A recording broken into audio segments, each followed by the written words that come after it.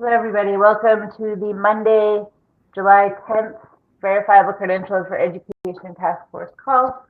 My name is Kerry Lamoy. The transcriber might call me Kerry, Illinois, but really I'm Kerry Lamoy.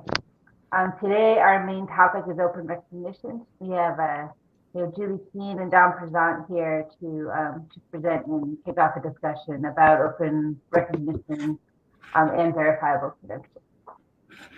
So let me get a few things out of the way, and then we will get going.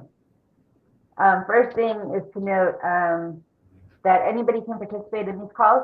These are our open calls, but if you intend to do any work on any credential community group spec, then you should join the credential community group and sign the IPR agreement.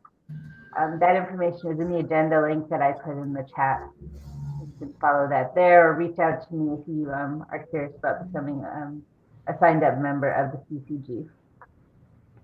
Also note that these calls are recorded and there are minutes, and everything is saved at a public page, and everything is archived there. You can see it later. Once the calls are over, we typically send out an email in a day or so with the published minutes.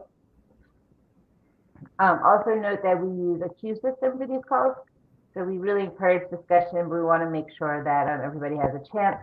So if you like ask a question or participate in the conversation, please type a Q plus, like I just did in the chat, and then you can also type Q minus to take yourself out of the queue. Okay, and before we get going, a couple other things. One is introductions and reintroductions. Is there anybody that's new to the call today that would like to introduce themselves? If so, you can see yourself up in the chat. And this includes anybody who would also like to reintroduce themselves. Oh, and one other thing, in addition to typing Q or Q minus, you can use the hand at the lower navigation. Eric, I see that you have queued yourself up. Yeah, hi everybody. So I'm new to this call. I'm a colleague of John Kuo, working on a solution called Pockets for Arizona State University. And yeah, I guess that's it. I'm the engineering manager for that team. That's pretty much it. Great, thank you, Eric. Thanks for introducing yourself.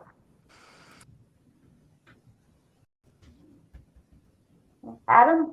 Hey, yeah. How are you?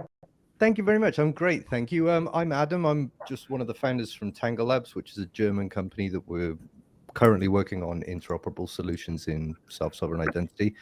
I had the pleasure of meeting Dimitri actually in DICE in Zurich not long ago, and he invited me to participate because our focus currently is with UNESCO learning institutes and cities in the EU, working towards an interoperable learner identity ecosystem, whatever one of those will end up being.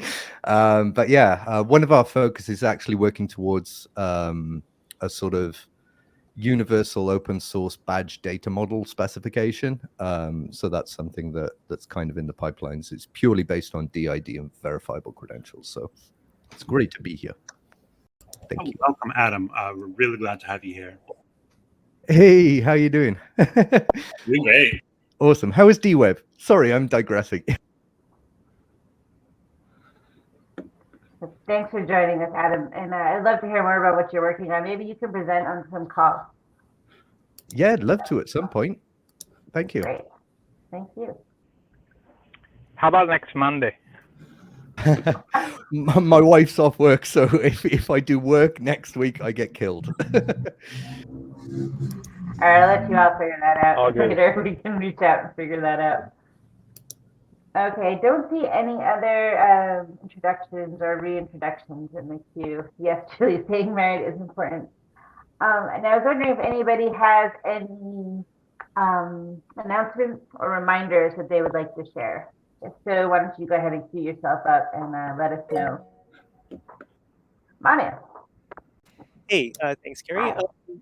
One quick announcement. We are trying to close up the demonstrations of support for selective disclosure for data integrity. So there was an email that was sent out to the the credentials community group about showing support for selective disclosure for data integrity. I'll put that email in the chat channel. For those of you that hadn't heard about it, this is basically a way of selectively disclosing something in a verifiable credential. So think if a student has a student ID and it's got a lot of their information in it as a verifiable credential, this selective disclosure mechanism would allow them to just disclose like the university that they attend without disclosing any of the other information, last name, first name, things of that nature. So without disclosing their personally identifiable information. We are getting ready to raise a set of pull requests in the verifiable credential working group, and we would like to make sure that we've got support from this community before we do that. There is a sign-up sheet. So there's a presentation that I linked to in the chat channel, Selective Disclosure for W3C Data Integrity. And there is a sheet that we would like folks to add their names to if they have selective disclosure use cases and they want to see this thing exist as a global standard. There's a sheet for that here. So I'll put that in here. So in the chat channel that's there.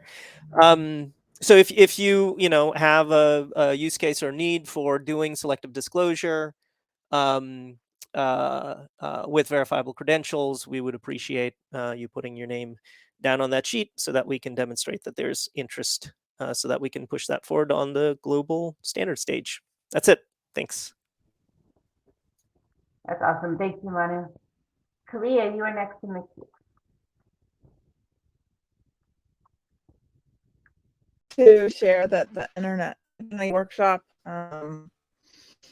number, I think it's 37, is coming up in October. It's pretty early in the month, 10 to 12.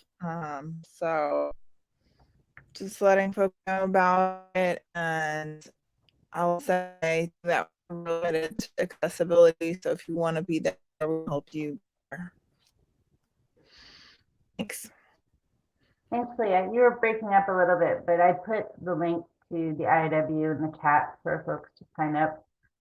For those of you who are interested in Plugfest, I believe we are planning on holding it the day before, like we did last Plugfest, on Monday, October 9th. I'm in the same location. All right. Nate, you have the floor. Great, thanks, Kerry. Serge is also here. We have an exciting announcement for this morning, which is that our beta sign-up has opened today for Orca, the Open Recognition Community app. This is intended to be open source, but we're planning for an open source release around December this year with some early partner access, new Open Badges 3.0 verifiable credentials platform, also supporting Open Badges 2.0. The focus is on communities of practice who want to do badging together, consuming the badges at the same time that they're producing them, reducing the distance between when that credential is awarded and when it's consumed as much as possible. So new beta signups are open today. It's a wait list, and so we will gradually invite new communities in as we have capacity for them. And in addition, there's a little bit of a users group where people can discuss and talk about how to use badges for open recognition. So I'll put a sign up link in the chat here, and stay tuned also for announcements on LinkedIn and all the socials today. Awesome, Nate. That's really great. And good timing too for this call. Okay, it looks like the queue is empty. So why don't we go ahead and move to the next topic, which is about open recognition. So I would like to introduce Julie Keene from participate.com to kick us off. Keene and Don will have some slides for us and we'll lead this discussion. Yeah. All right. Well, we've been teed up very well by Adam and also Nate, and there's lots of open recognition folks here. Serge and Nate and Simone and Kerry and Cheryl and Doug and Anna. So lots of folks have been working in this space. So Don and I are really just representing. We have a couple of groups that will, lots of community calls that go on monthly. So we'll talk about that at the end, but I'm just gonna not waste any time and let's dive into open recognition. So Don, take it away. Great. Thanks, Julie. Can everybody hear me okay? Yep. Great. So yeah, Don Prezant, part of the Open Recognition Work Group. We're one of the active communities of practice connected with the Open Skills Network. I see in the list of participants, I'm supported today by several co-conspirators, and I'm sure I'll be reaching out to several of them. That said, this is a fairly technical group we're speaking to today. This is a fairly non-technical talk. We're just basically talking about principles and values that we think are important and should be thought about when developing these technologies. So I thought I'd start somewhat controversially to say, you know, micro-credentials and other verifiable credentials feeding into skills-based hiring sounds pretty good until you start to think about it a bit. I like to call this Frankenskillstein, or maybe that's Steen for employers, where the idea is that they can simply specify some kind of a unicorn, and lo and behold, there it is, sort of assembled on the fly, as it were. And there seems to be an underlying assumption on the part of many that we're just the sum of our skills. And we, in our community, think that people are more than that. I found this report from last September pretty useful, but it really, it's still thinking about that idea of the hungry mouth, the idea that it's just about skills, it's just about hiring, key stakeholders being employers, institutions, and government. And really, there's no learner voice in this document and in a lot of the discussions, and also this notion about communities that Nate was just talking about, and I hope we get a chance to explore more in the question and answer later on. A lot of this began before micro-credentials. It began with a very expansive notion of connected learning. In other words, learning that's connected to things that you care about, starting with your passions and seeing where they take you. A more, can I say, appreciative, exploratory, journey-based kind of a vision. And notice on the left that there's online learning, but there's also things like volunteer programs. That could also be things like maker spaces and out-of-school activities. Kerry has some great experience with that, with Achievery. So, and then you notice on the right, job opportunities is only one of the doors that can open to you. So the vision wasn't only about lifelong learning, it was about life-wide learning, very much rooted in the community. And I'm sure some people can remember Chicago City of Learning, Pittsburgh City of Learning at the Sprout Fund, etc. And a lot of colleges and universities didn't really know what to do with this concept. It was a bit Wild West. They're worried about who was issuing the badges, whether too many were being issued, lack of assessment, lack of quality standards. But I think a lot of people also saw an opportunity to break some of the big degrees or macro credentials down into modular, stackable chunks. And there was a sort of parallel notion of stacking of programs that ended up being conflated with it. So we started hearing about the term micro-credential around 2014, 2015, defined by UNESCO and many others. It really comes down to a lot of course certificates, fairly institution-centric, very much, with a fairly top-down framing of recognition, which we feel has a tendency to pull the original vision out of shape. So recognition, I think, is a key word, and it's got a wide scope outside of formal recognition, the professions, hiring practices, because there's a notion of self-recognition and even self-assertion, and that can be self-actualization, but it can also progress to you making a claim about yourself that's verifiable, perhaps, like you might do in a resume or a cover letter, in a verifiable way that can be supported by others. And then there's social recognition, the kind that you get among peers and in communities, maybe built around geography, maybe around practices, interests, etc. And that's kind of what ORCA is about that Nate was just mentioning. So my company, Learning Agents, where we do consulting, and we developed a framework for the Inter-American Development Bank. And this is a sort of a generic version of that framework that expands it a little bit. And the attempt is to try and encompass this wide spectrum of recognition and diversity of what people are doing. So on the left, you have the more sort of micro-credentially stuff, and most of it is the assessment certificate, but it can be certifications. In other words, you're qualified for a role. Over on the right, it's more about, did you complete a course? Did you participate in an activity? In the middle, maybe you're assembling a body of evidence that may or may not be evaluated by others. But way over on the right, that's where I think the magic happens, and that's why we're here today. It's things of awards, achievements, that peer issuing, that self-issuing, ad hoc, and more emergent. So it's more appreciative on the right, more summative and authenticated on the left. So Doug Belshaw pulled this together, the We Are Open Co-op. I think Doug's on the call today. So this is a comparison about how open recognition might compare to micro-credentials. I'm not going to read it all, but just sort of have a look, and you sort of have this idea on the one side. It's very much what's the word? A repackaging of certifications, certificates, etc. Over on the right, it's more of sort of an expansive notion, and we think there's room for both. It's a big tent, but we do find that sometimes there's not enough oxygen for conversations about what should be happening on the right, and there's huge value there, both for the individuals and even for others in less formal approaches to recognition. So here are some examples that have been explored over the past number of years, where it could be a self-assertion like, I did a hard thing, and some scaffolding there saying, why was it hard? What did you do? Why is that significant?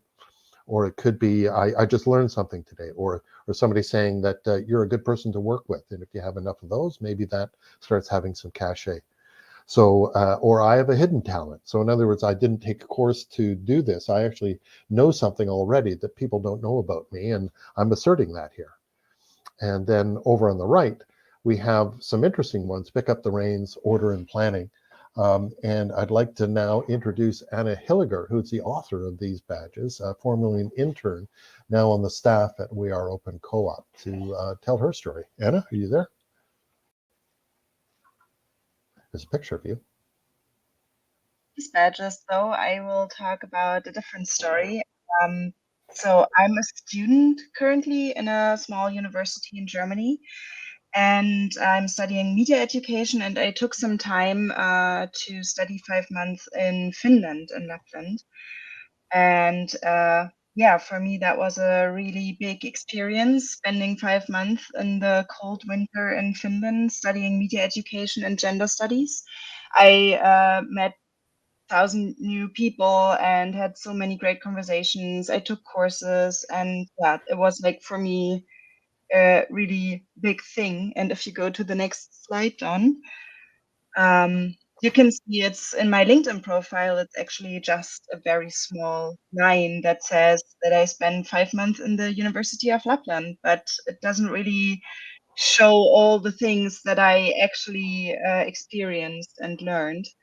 So on the next slide, I put together like the perfect backpack of badges that I wanted to take home with me. So as you can see, there's like three different topics. So there's, for one, there's the personal development, the cultural awareness, but also the knowledge, skills, and understanding of on there. And yeah, so I put them together, and those are all the things that I experienced. And if I would have them in my backpack somehow, I could tell my story better and like, yeah, show what I actually experienced. Already for you. So I think that's a great segue to this definition that Doug Belshaw pulled together, that which works for a lot of us, and it's just the idea that what we know, what we can do, who we're about really goes beyond credentialing, and it includes recognizing individuals and communities and where those communities are, and their right to apply their own definitions and their own labels to what they know and can do. And those can be rising up or implicit, or that they can move their way to be explicit. But the point is that they're very much rooted in the context and the actual people involved. Doug, you may want to add to this, if you're there. No worries, I'll just keep moving.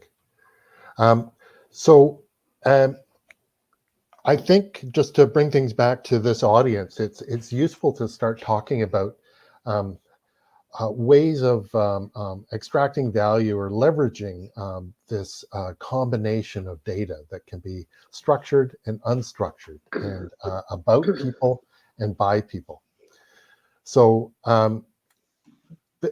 we have, for example, on the bottom left, we have Credential Engine doing great work with other organizations such as HR Open to develop very structured approaches to recognition of credentials, hiring processes. So HR Open, for example, is my understanding is that there's a way of making it's essentially a self-assertion that can be endorsed by others, by third parties. So it's a parallel to what is being developed in Open Badges, for example.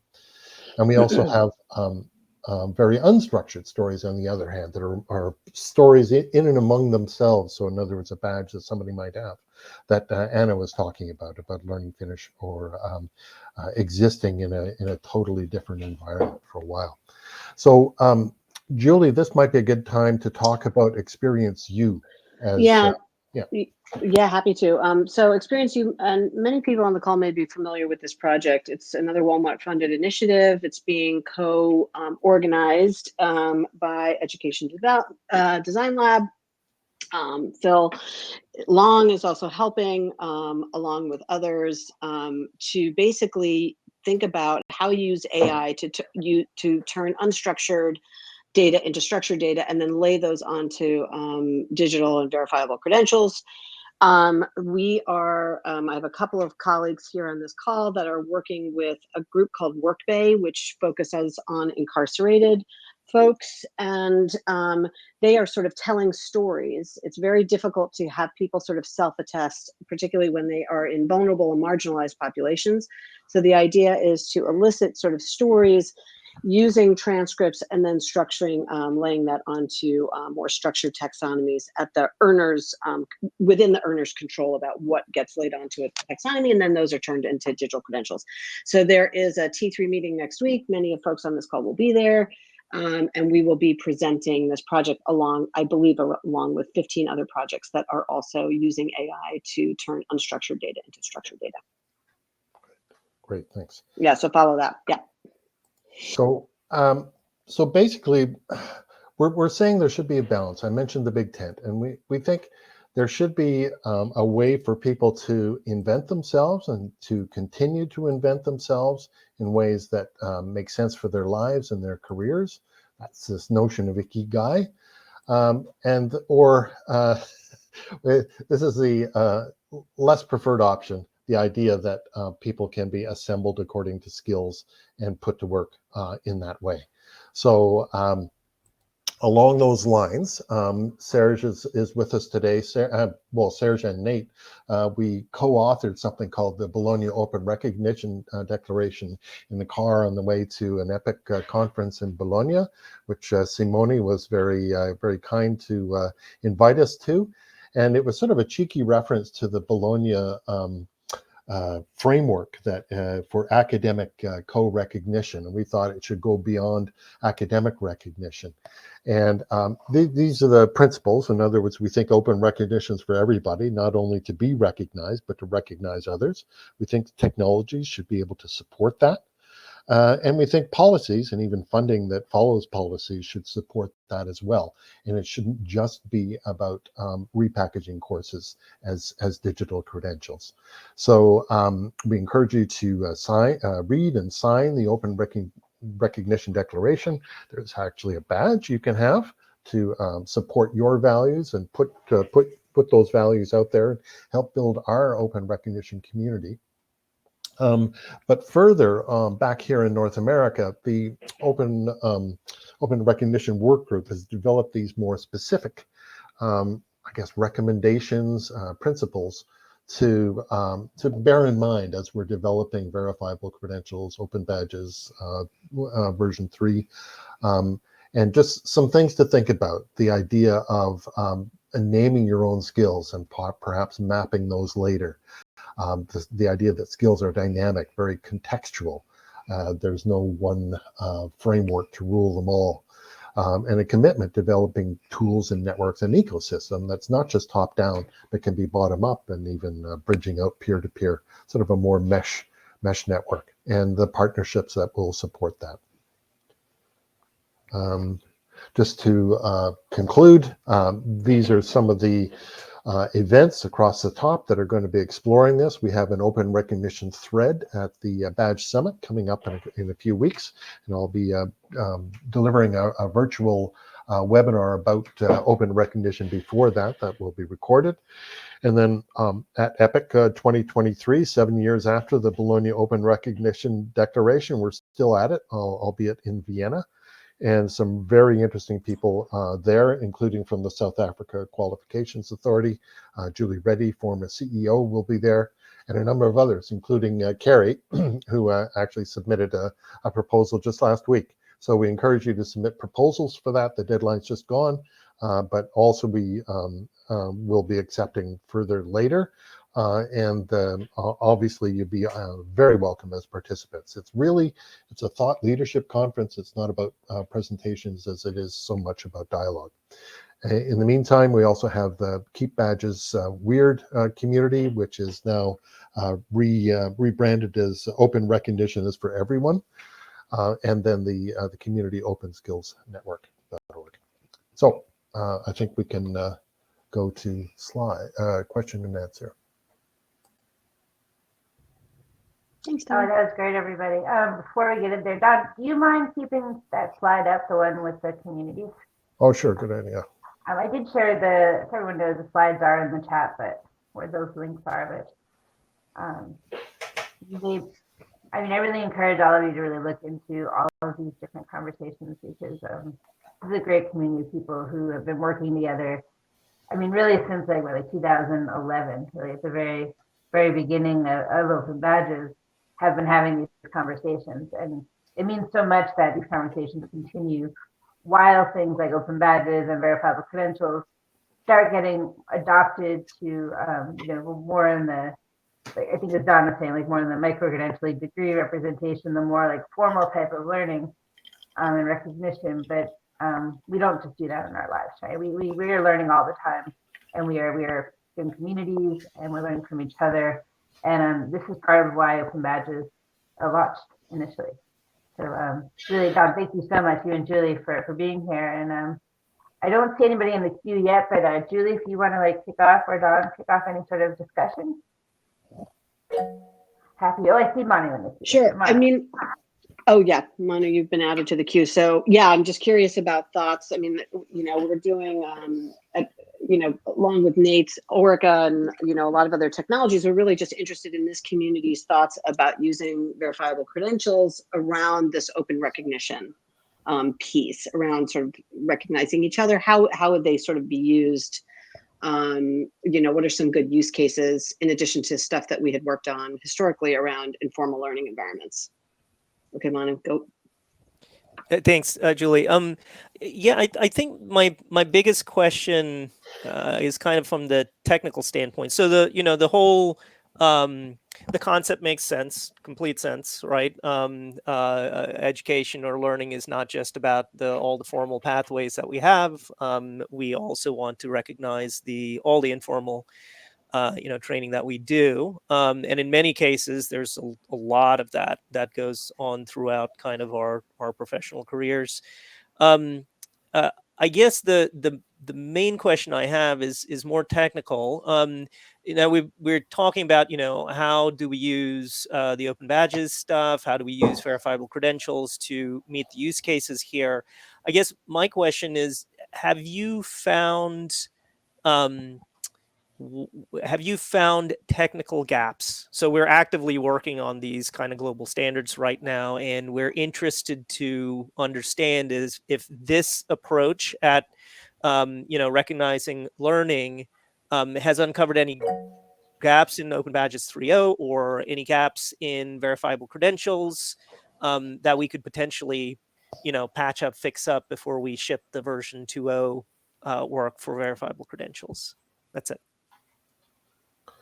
I mentioned that there are a number of technical people supporting me on the call, so I think I'm going to throw to them pretty quickly. I would say that for us, the thrust has been issuing credentials, more sort of pushing them out, and there's been a lot less with pulling credentials and making, both curating them, making sense of them, and then finding audiences for them. So I would say I'm not sure I would list that as a technical issue. I think it's also a socioeconomic one, but that would be a key gap. It has been just sort of pumping out tons of badges. Isn't that great? No, it isn't. It's just an input, right? So it's what happens with these things. Yeah, and there's a lot of people on the queue, so I'll only add one thing, Mono, is like just knowing what happened the first time that Cities of Learning, at least in North America, in Chicago, was the amount of kids that earned so many badges throughout the city, through the Cities of Learning, and never claimed them or used them. So to the extent, and then again, I agree with Don, that's not a technology may not be answering that, but the technologies being more easy, more mobile, more useful might solve some of that problem. All right. Okay, I think we have a lot of people on the queue here. Yeah, I'm next in the queue, so I could say something real quick and then let other people speak. One thing some folks may not understand necessarily about open badges previously to 3.0, and when Don and Julie are talking about the issuing, it means that it's sort of different than how we talk about issuing with verifiable credentials. With issuing, we say, and open badges like 2.0 and previously, a file is created, there was an email address associated with it, and someone was making a statement about somebody else, and it was hosted on a web platform. Whereas this Open Badges 3.0 and verifiable credentials, there's this sense of the learner being in the middle of it, and the learner saying, hey, I want that credential, please give it to me, versus it being just given to them without them necessarily like requiring or requesting it, I guess, not requiring it, requesting it. So that's a pretty critical change in the technology, right? So thinking about just that user experience and how that might apply to open recognition, I think is something we should really explore. And also, we probably want to think more about, right now, it's very organizationally issuer centric, right? In terms of the structure of the spec, where we don't really leave so much room for individuals to say, I am me and I am self-attesting that. You can do it, but I don't think many expect that in terms of verifiable credentials. I'm going to stop there so let others speak. I think Nate, Doug, I'm sorry, you're next. Hey all, I managed to make Jitsi recognize the microphone, so that's all good. Just to +1 what Kerry said, and thank you, Don, for your presentation. So I put something in the chat earlier just about something I was thinking about last year, which speaks to exactly what Kerry was saying there. All of the focus really, understandably, has been around issuing and verifying, making sure that these people are the people who earn this thing, which has meant that really we haven't had as much focus on earning, displaying, and sharing, the kind of social element of it. And so that deck that I shared was really just thinking about, like, what if you mashed up verifiable credentials with something like ActivityPub? Like, how could you do that in an interesting way to allow socially useful things to happen, especially now that we don't necessarily have to have the badge image? It kind of lowers the barrier to entry to allow open recognition to happen with verifiable credentials. So that's all I wanted to say. I'm really happy that there's so many talented people on this call. Thank you, Doug. That's awesome. I forgot about that. Yes, I forget about it a lot because we always talk about badge images with open badges, but with 3.0 it's not required, and it really does also change what that means about how the recognition can be used. Nate, you are next. Thanks. Manu, you ask a really good question about, what technical gaps might we try and patch in this little time between now and like a VC 2.0 release or Open Badges 3.0 finalization. We've done a lot of work on patching up technical gaps over the last few years. Serge is on the call, and the first presentation I did with him on this topic of what technical gaps are there that are making Open Badges weird for open recognition was in 2014.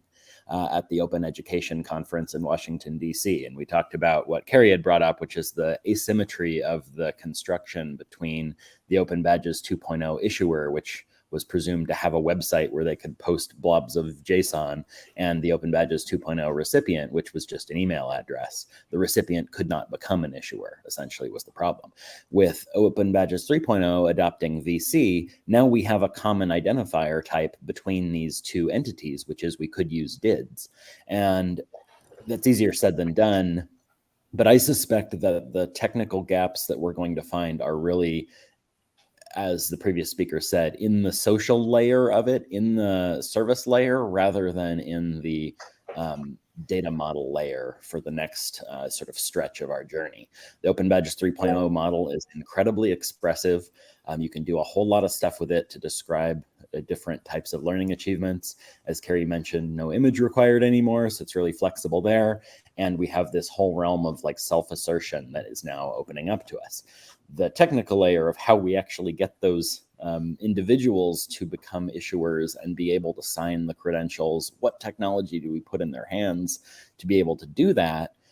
That's still an open question. And then probably an even bigger, harder question is how do we as an ecosystem understand the value of all of these many new issuers, individuals far less formal than even non-traditional education institutions and after-school clubs that Open Badges was originally supported for. How do we understand the value and the composition of the many different assertions that are coming out of individuals on self-recognition and peer recognition processes? Thank you, Nate. That's an excellent point. Dimitri, you have the floor. Thanks. And so I think Nate touched on a lot of what I was going to mention. But to expand on the socio-technical difficulty, not exactly a gap, but I want every one of you to start thinking about it. So I think the right end of that spectrum on one of the early slides, the self-assertions and the peer assertions are incredibly important, especially if those self-assertions are backed up by evidence, right? So I can claim that I know HTML, but then if I can link to an evidence of that, a project that I did, a online course that I completed, it gives it that much more weight. So what's needed for something like that? Well, you need a way to link credentials together and cryptographically bind different credentials together. And there's several mechanisms for that. We explore one of the mechanisms in a paper with Phil and Golda on linked credentials. And in fact, just these past few weeks, the verifiable credential working group added a mechanism to the core data model based on sub-resource integrity, but generalizing it, that allows credentials to be linked together. But that's not the interesting part. It's going to be useful, but that's the low-level technical part. The main difficulty that we're going to run into, that we need to solve, if we're to have self-asserted credentials with evidence, peer credentials with evidence, is the notion of identity. And that's the bit Nate touched on already. So we're seeing in the verifiable credential the growing importance of trust registries. What do we mean by that? Lists of known issuers, lists of known verifiers. When I when somebody hands me a credential signed by a DID, and a DID is just an opaque string, a lot of the DID methods are, how do I know that a credential signed by DID example 1, 2, 3, 4, 5 belongs to MIT, belongs to Harvard, right? We need these lists of known issuers that correlate credentials to known named entities. So we think using some of the specs being incubated in the CCG right now, we have a technical solution to that. We still need the hard social and legal lift of who keeps these lists, what's the governance, how do we trust them, all of that stuff. But we're fairly confident that for main institutions, it's a solvable problem. The thing we all should start thinking about is how do we solve that same problem of identity for individuals, for self-asserted credentials, for peer credentials. Meaning, again, I hand you a self-asserted credential or a peer credential, and let's say I tracked down my professor at school and got them to give me an evidence credential, a letter of recommendation, a credential linking to a project I did, doesn't matter. When somebody is verifying it and they see this credential signed by an opaque DID, how do they know it belongs to the professor? So this notion of how will individual identity intersect with known issuer lists is something that we as a community need to solve. So I want everybody to start thinking about that, and we'll keep the conversation going. Thanks. Thank you, Dimitri. Serge, you're next. Oh, that's interesting because I think we precisely don't need trust registries. I think trust registries is exactly at the opposite of what we are trying to find as a solution to recognition. The thing which I find very annoying with some approach to DIDs is the idea that an identifier belongs to a person. Well, an identifier, even the crudest of the identifier, is relational. And if we take the property that an identifier is relational, then the identifier will tell you with whom we are connected. It will create some kind of a namespace. And so this is why ORCA is not yet another batch platform, but it is focused on the idea of the community as an identity. This identity is created, I speak about identity and not just identifier, because this is something which is different. We often make the confusion between identities and identifiers. But people don't need one identifier that they will share across many communities. I think each community of practice can create a unique identity for a person who is a member of that community. And then that person can aggregate the different elements she has from different communities. But if you are in a community which is, I don't know, Harvard, for example, then the fact that you are connected to that community is enough as evidence that when you sign a credential, it really belongs to you. And so we still tend to think too much about issuing credentials, verifying credentials, and well, there are very, very simple systems because the very best way to verify credentials is to look at it in context. And this is the things that we have explored with open badges from some time now, is that when you take a credential and you put it in a wallet, you lose 99.99% of the information which is valuable. We think that the data is within the credential. In fact, what is much more important than the data which is within the credentials is the data which is created by using that credential. For example, if we think in terms of open recognition, one very important element is the dialogic relationship between individual and community relationship, community recognition.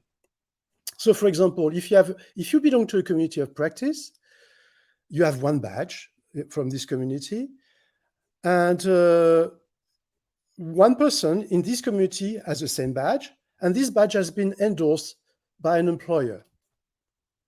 This recognition of this individual profit the community and profit the people whose badge has not yet been endorsed, because then you can go and see an employer and say, hey, you see, this badge has been endorsed by this company, this badge of this individual, okay, not the badge class, but the claim has been endorsed by a company. And I think this is, if we think in terms of community, if you think in terms of data usage and not just the data that are within the badge, which is very poor data, because they are extremely limited. When you look at a badge that has been issued, you don't know how many people have received the same badge. You don't know how many of these badges have been issued. In fact, you know very, very little. You don't know if the people who have the same badge have been documenting this badge, if the information contained in the badge has been developed. So I think this is the thing which is critical to me, is if we think in terms of recognition, the content within the badge is almost secondary to the data which is produced around using the badge.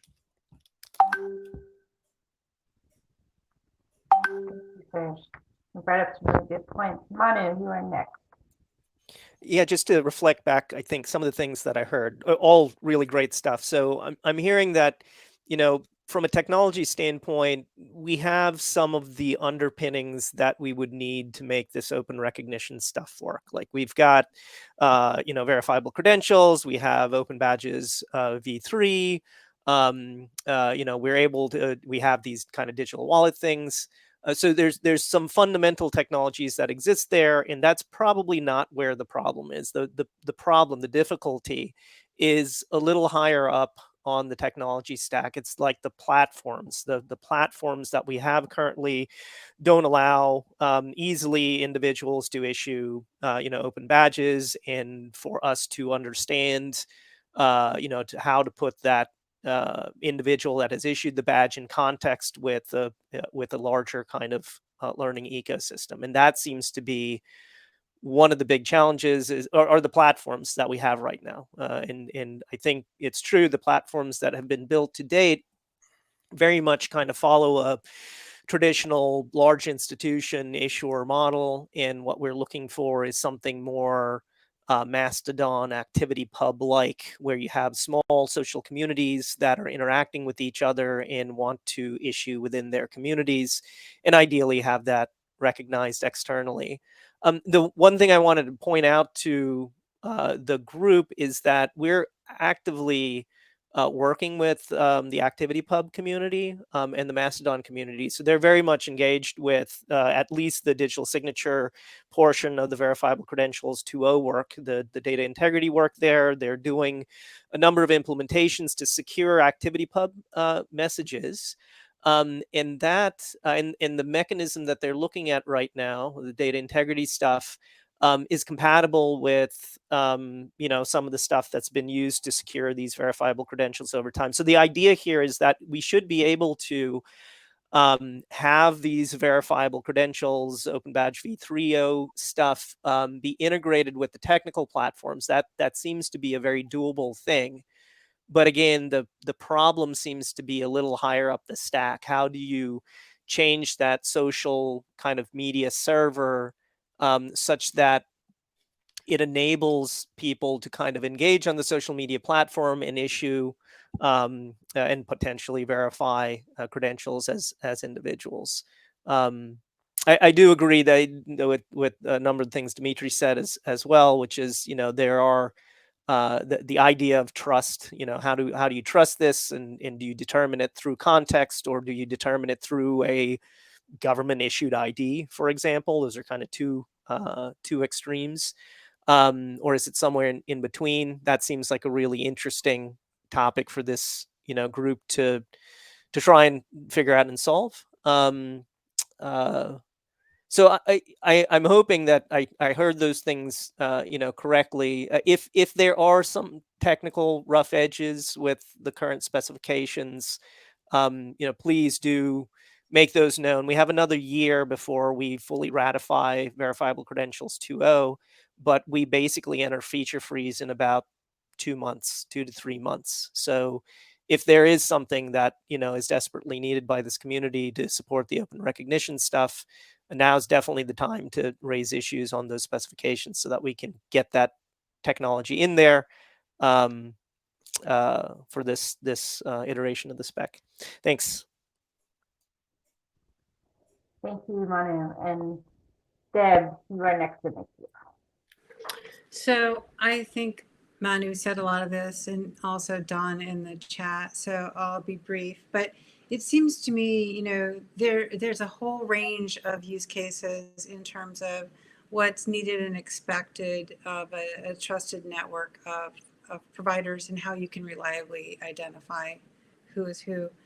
And if you're dealing with something that's a high stakes credential that is supposed to verify your skills for potentially dangerous activity, like a nurse, then there are going to need to be different levels of trust. So we can't put everything in the same bucket, but I think it's really useful to think about contextualizing these trust networks as networks of networks, so that an informal credential, a self-asserted credential can be considered in the same context as a different type of credential that has different ramifications for the trust network. Yeah, definitely, Deb. Just something else in the queue. No one else is there, and I'm going to send it back to Julie and Don to finish this up. But it's interesting. What I've been hearing a lot is about like context and about trust. Just a brief thought on that is that what the power of Open Badges 3.0 adopting verifiable credential standard is that all of these credentials can be put together, whether they're formal, informal, non-formal community, that they can be inserted together by the learner. They can be packaged up and verified like technically, right, in the same way, which we never had before, which I think is the power here. One of the powers here, anyway, with aligning Open Badges to a standardized verification. Julie and Don, will you close us up?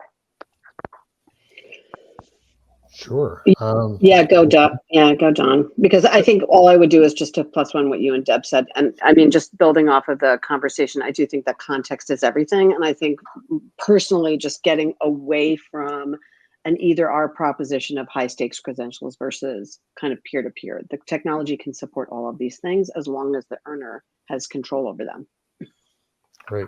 Well, I would say plus 100 to that. I mean, I came to Open Badges through the doorway of ePortfolio, which unfortunately has become a very sort of siloed kind of thing. And I know Serge was very excited when I heard about Open Badges, and I shared it with him, and it certainly has transformed the dialogues we're having at Epic.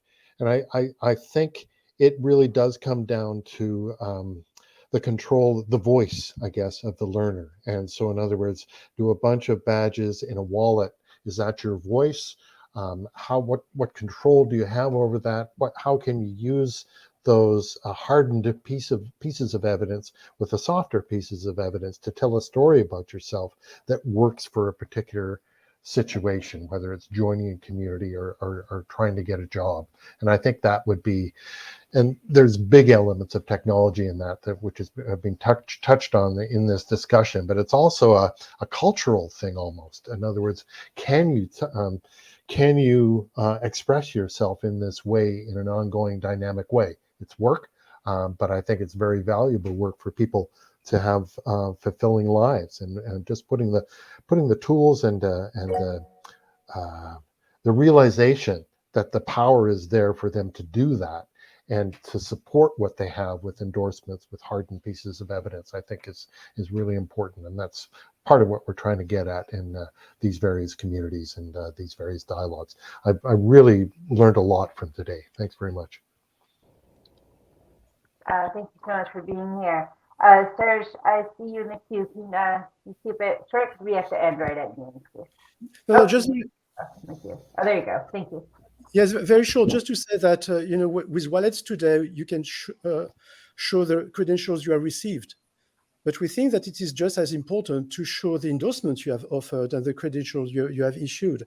And I think the technology should make it very easy to show all the endorsement that has been given to others. And I don't see that in the wallets today. Yeah, agreed. Also, I think we're going to have a that's lot a good one. on the wallets going forward. Sorry, go ahead, Jill. No, I agree with that. But yeah. Also, in recognition, folks, thank you very much for coming today. It'd be great if you could come back maybe towards the end of the year, maybe after Epic, and give us an update on all of this. Yeah. We'd love to continue this discussion in alignment with the verifiable credentials. So, Yeah, great. Agreed. Awesome. Thank you so much, everybody. Bye, everyone. Happy Monday.